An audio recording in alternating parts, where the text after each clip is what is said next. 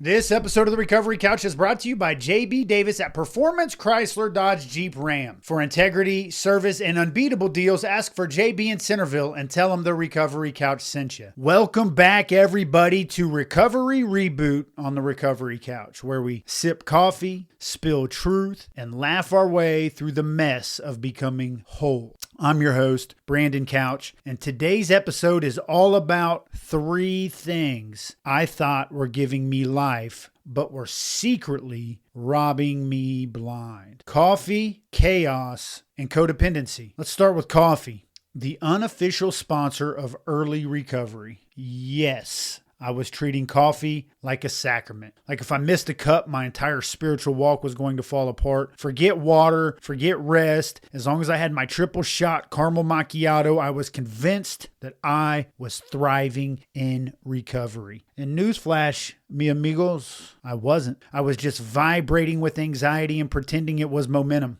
And then there's the chaos.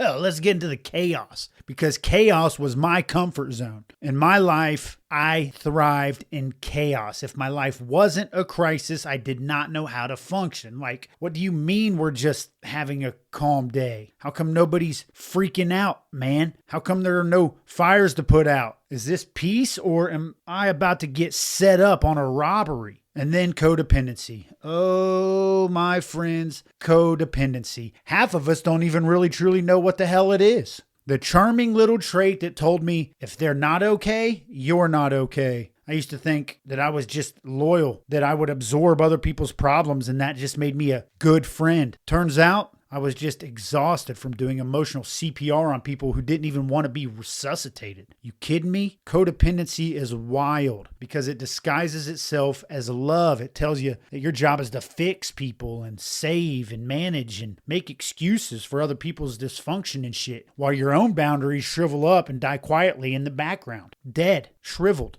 in the background. But here's the truth. You don't have to be someone's emotional life coach just because they texted you at 2 a.m. You're not a therapist with a payment plan. You don't need to be the glue holding everything together, especially if you're breaking in the process. And that's real. So here's the triumph. I've traded my over-caffeinated, over-involved, over-committed recovery version of myself for something better. Someone who can sit still, drink decaf, and let people have their own journey. John chapter 8, verse 36 says, "So if the Son sets you free, you will be free indeed." If the Son sets you free, you are free indeed. That includes freedom from people-pleasing. That includes freedom from over-functioning. That includes freedom from diagnosing your friends' red flags before they do. So if you're waking up every day wondering why you're exhausted, ask yourself, is it the coffee? Is it the chaos? Or is it that I'm carrying things I was never meant to carry? I want to thank you for joining me on episode 3 of the Recovery Reboot, where we're laughing our way through recovery. And if this one hit a little too close to home, well, it's okay. That's what we do here. We laugh, we cry, and unlearn all of the crazy together. Next episode is called You Might Be in Recovery If. It's a play on the old Jeff Foxworthy jokes. And trust me, you won't want to miss this checklist of hilariously uncomfortable truths. Until then, take a breath, put the coffee down, and remind yourself you're allowed to let that shit go. This episode of the Recovery Couch is brought to you by Greg Swartz at Remax Victory and Affiliates.